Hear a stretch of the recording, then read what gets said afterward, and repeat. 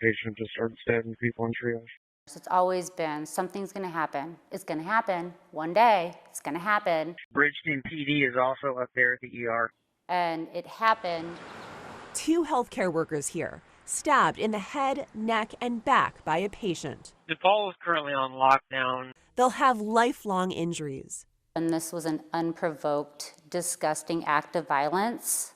I was literally nauseous and sick when I heard the news. Because Shelley Miller knows it could have been her.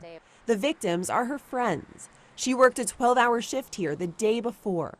I can't even tell you how many times I've been slapped or my hair pulled or just shoved out of the way. Like you go to start somebody's IV, they're like, don't touch me, and they just push you out of the way. I had feces thrown at me.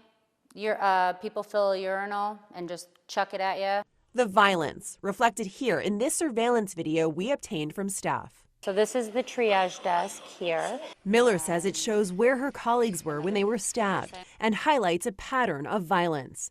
This happened about a year ago. A man comes into the emergency room, tries to punch a nurse, and then throws a chair at someone's head. And this is what you go through? Right. No one heard about this.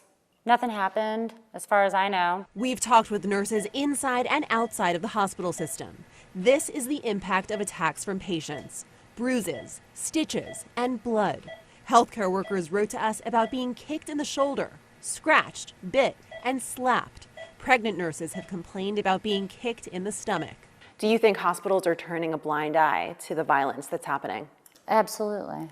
We asked SSM Health for an interview. They turned us down.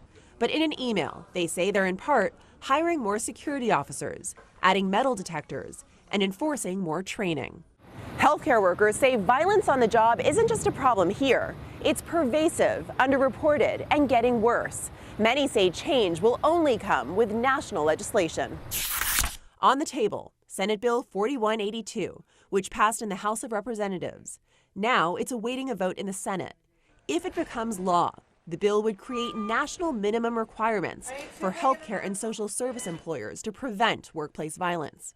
Right now, there is no timeline for when that could happen. Critics of the proposed legislation worry about cost and implementation. Advocates argue it would make workplaces safer with improved staffing and better tracking of violent incidents.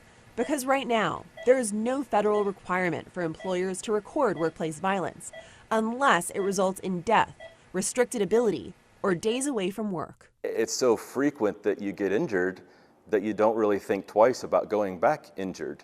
Trevor Wolf, a nurse with the Missouri Nurses Association, believes those injuries are often ignored.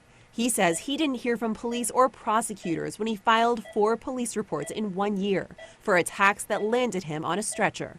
The reason, he says, is often because patient privacy laws make it harder for law enforcement to hold attackers accountable.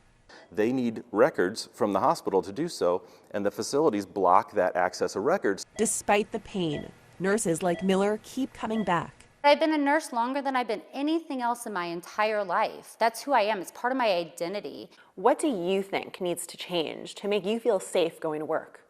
We have to have consequences for your actions. Healthcare workers also say it's up to employers to improve safety with better staffing and more security, for example. Right now, Jamisa Rivers has been charged with 4 felonies over the stabbing of 2 healthcare workers last week. She remains in jail tonight without bond. Prosecutors say she could be back in court in the next couple of weeks.